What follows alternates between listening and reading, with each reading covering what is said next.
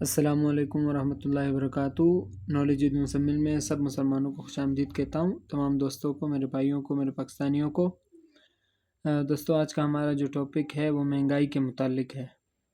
4 سال پیچھے ہم چلے جائیں تو نواز شریف کے ٹائم میں 1000 روپے کا آٹا تھا، 55 روپے کلو چینی تھی، 700 روپے کلو پتی تھی، اور تقریباً 260 روپے ڈالڈا آئل اور گھی کی قیمت تھی۔ پھر عمران خان کی حکومت آئی تو اس میں ریکارڈ مہنگائی ہوئی، یعنی عمران خان صاحب نے ٹیکسز لگائے، ٹھیک ہے، تو اس میں یہ تھا کہ کام تھا، مہنگائی تھی لیکن بے روزگاری نہیں تھی، کام تھا، روزگار تھا غریبوں کے لیے، تو اس میں امیر بھی امیر ہو رہا تھا، غریب بھی اپنا گزارا چلا رہا تھا۔ اگر آج کے دور کا ہم مقابلہ کریں تو مطلب بہت مشکل ہے، لیکن ہم آئیں گے آگے انشاءاللہ تعالی۔ آج سے تقریباً جب عمران خان صاحب کی حکومت آئی تو پھر ہر چیز، جو ڈالڈا تھا 270 سے 370 پہ آ گیا، جو آٹا تھا وہ 1000 سے 1200-1300 پہ آ گیا، اور اللہ آپ کو نیکی دے، اسی طرح 1200 پہ آ گیا آٹا۔ چینی جو تھی وہ 55 سے 70 پہ آ گئی، پتی 700 سے 750 پہ آ گئی۔ تو مطلب ہماری عادت ہے رونا پاکستانی قوم کی، پچھلے 75 سال سے ہی یہ قوم روتی رہی ہے، اور آپ ڈرامے دیکھ لیں، آپ پرانے اخبارات اٹھا لیں، 75 سال سے مہنگائی اس ملک کا مسئلہ رہا ہے۔ لیکن عمران خان کے دور میں آپ اگر دیکھیں تو ہماری بحری قوت بھی الحمدللہ بڑھی، ہماری فضائی قوت بھی الحمدللہ بڑھی، ہماری برقی قوت بھی بڑھی، ہماری زمینی قوت بھی بڑھی، اور الحمدللہ پاکستان کو انٹرنیشنل فارم پہ وہ عزت ملی جو کبھی نہیں ملتی تھی، جو شہباز شریف، نواز شریف، بے نظیر اور زرداری اینڈ کمپنی کے ٹائم پہ ذلت اور رسوائی ہوتی تھی، وہ نہیں ہوئی۔ آپ نے دیکھا ہوگا ایک دن ڈونلڈ ٹرمپ صاحب نے جو ٹویٹ کیا تھا کہ ہم پاکستان کو اتنے پیسے دیتے ہیں، تو عمران خان نے اسی ٹائم ریٹیلیٹ کیا اور ان کو جواب دیا کہ ہمارے اتنے بندے آپ کی جنگ میں مرے ہیں، جس جنگ سے ہمارا کوئی لینا دینا نہیں تھا، تو ہمارے ملک میں مہنگائی ہوئی ہے، اس کا بھی امریکہ ذمہ وار ہے۔ تو ٹرمپ صاحب پھر خاموش ہو گیا اور انہوں نے کوئی جواب نہیں دیا اس بات کا، نہ ان کے پاس جواب تھا۔ اور الحمدللہ عمران خان صاحب گئے انٹرنیشنل فورم پہ، انہوں نے حضرت محمد مصطفیٰ صلی اللہ علیہ وسلم کے بارے میں بھی بات کی کہ بھائی آپ ہمارے نبی علیہ السلام کے بارے میں کوئی گستاخی مت کریں کہ ہمارے دلوں میں تکلیف ہوتی ہے اس بات سے۔ تو اب آ جاتے ہیں مہنگائی کی طرف دوبارہ، تو آپ دیکھیں کہ تقریباً اگر مہنگائی 6% ہوئی ہے، 7% ہو گئی عمران خان صاحب کے ٹائم میں، 6 سے 7، 1% یا 1.5% مہنگائی زیادہ ہوئی ہے۔ اس کا فائدہ یہ ہوا ہے کہ ہمارے ملک کا پیسہ بڑھا ہے، ہمارے ملک کی جو جی ڈی پی ہوتی ہے وہ بڑھی ہے، ہمارے ملک کی جو ریٹنگز تھی وہ بڑھی ہیں۔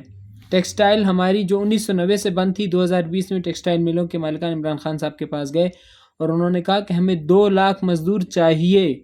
ان ملوں میں جو پچھلے 25 سال سے بند تھی، 20 سال سے، وہ لوگ گئے اور انہوں نے عمران خان صاحب سے کہا کہ ہمیں 2 لاکھ مزدوروں کی شارٹیج ہے، ہمیں 2 لاکھ مزدور چاہیے۔ ڈالر 178 کا تھا عمران خان صاحب کی حکومت گرنے سے ایک ہفتہ پہلے، اس کے بعد مصنوعی طریقے سے 190 تک آ گیا ڈالر، جو بعد میں واپس 178-80 کا ہو گیا، اور پھر اس کے بعد مہنگا ہوتا چلا گیا۔ تو ابھی ان 8 مہینوں کی حکومت میں ڈالر 178 سے 278 ہو گیا، اور 300 کا بھی نہیں مل رہا مارکیٹ میں۔ پیٹرول 147 سے 247 ہو گیا، لیکن مارکیٹ میں مل رہا نہیں ہے۔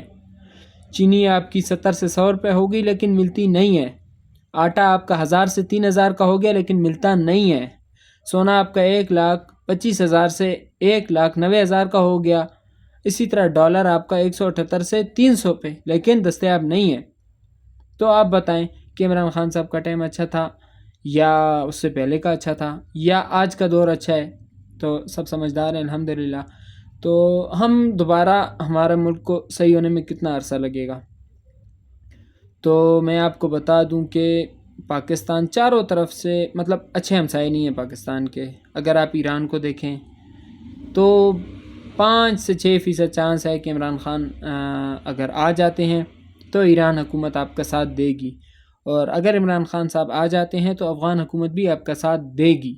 اگر عمران خان صاحب آ جاتے ہیں تو روس اور چائنا تو ڈیفینیٹلی وہ ہیں پاکستان کے ساتھ انشاءاللہ تعالی۔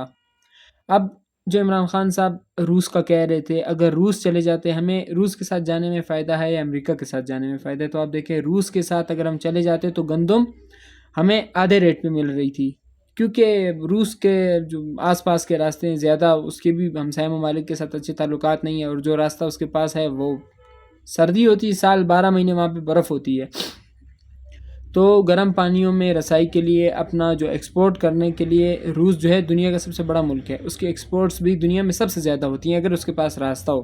تو پاکستان کے علاوہ سی پیک کے علاوہ کوئی اچھا آپشن ان کے پاس ہے نہیں۔ تو چائنا تو ہمیشہ سے ہمارا ایسا دوست ہے جو مطلب میں کیا کہہ سکتا ہوں، ایسی دوستی تو دنیا میں اور کسی ملک کی ہے نہیں، مفاد تک ہوتی ہے لیکن چائنا کی اچھی دوستی ہے، لیکن چائنا بھی تب آپ کا ساتھ دے گا جب آپ کے ملک میں اسٹیبلٹی ہو، جب آپ کے ملک میں ہر چیز کنٹرول ہو، جب آپ کے ملک میں مہنگائی کنٹرول ہو، آپ کے ملک میں عوام کنٹرول ہو، آپ کے ملک میں میڈیا آزاد ہو، سوشل میڈیا آزاد ہو۔ خیر یہ ہمارا ٹاپک نہیں ہے، ہم تو الحمدللہ آج بھی آزاد ہیں۔ تو مقصد یہ ہے کہ پاکستان آج کے ٹائم میں کم سے کم 70 سال پیچھے چلا گیا ہے۔ اگر ابھی دیکھیں اس حکومت کے آنے کے بعد پاکستان کا جو قرضہ ہے 40 ارب ڈالر بڑھ چکا ہے، تقریباً 80,000 ارب روپے ہمارا قرضہ بڑھ چکا ہے۔ ہم 70 سال پیچھے جا چکے ہیں، کیونکہ سیلاب بھی آیا پاکستان میں، اس سے بے حد تباہی ہوئی۔ ناگہانی آفت ہے تو کسی انسان کے ہاتھ میں نہیں ہے، لیکن ہم امید کرتے ہیں انشاءاللہ تعالیٰ کہ موجودہ حکومت جب تک ہے، شہباز شریف صاحب اللہ پاک کرے کہ وہ کچھ سوچیں پاکستان کے لیے، خواہ مخواہ وہ بھی کچھ کرنا چاہیں گے، دشمن تو اپنے ملک کا کوئی بھی نہیں ہوتا۔ تو باقی ہر کسی کی اپنی اپنی رائے ہے، میں ذاتی طور پر خود عمران خان صاحب کو پسند کرتا ہوں۔ تو ہم اپنے ٹاپک پہ واپس آتے ہیں۔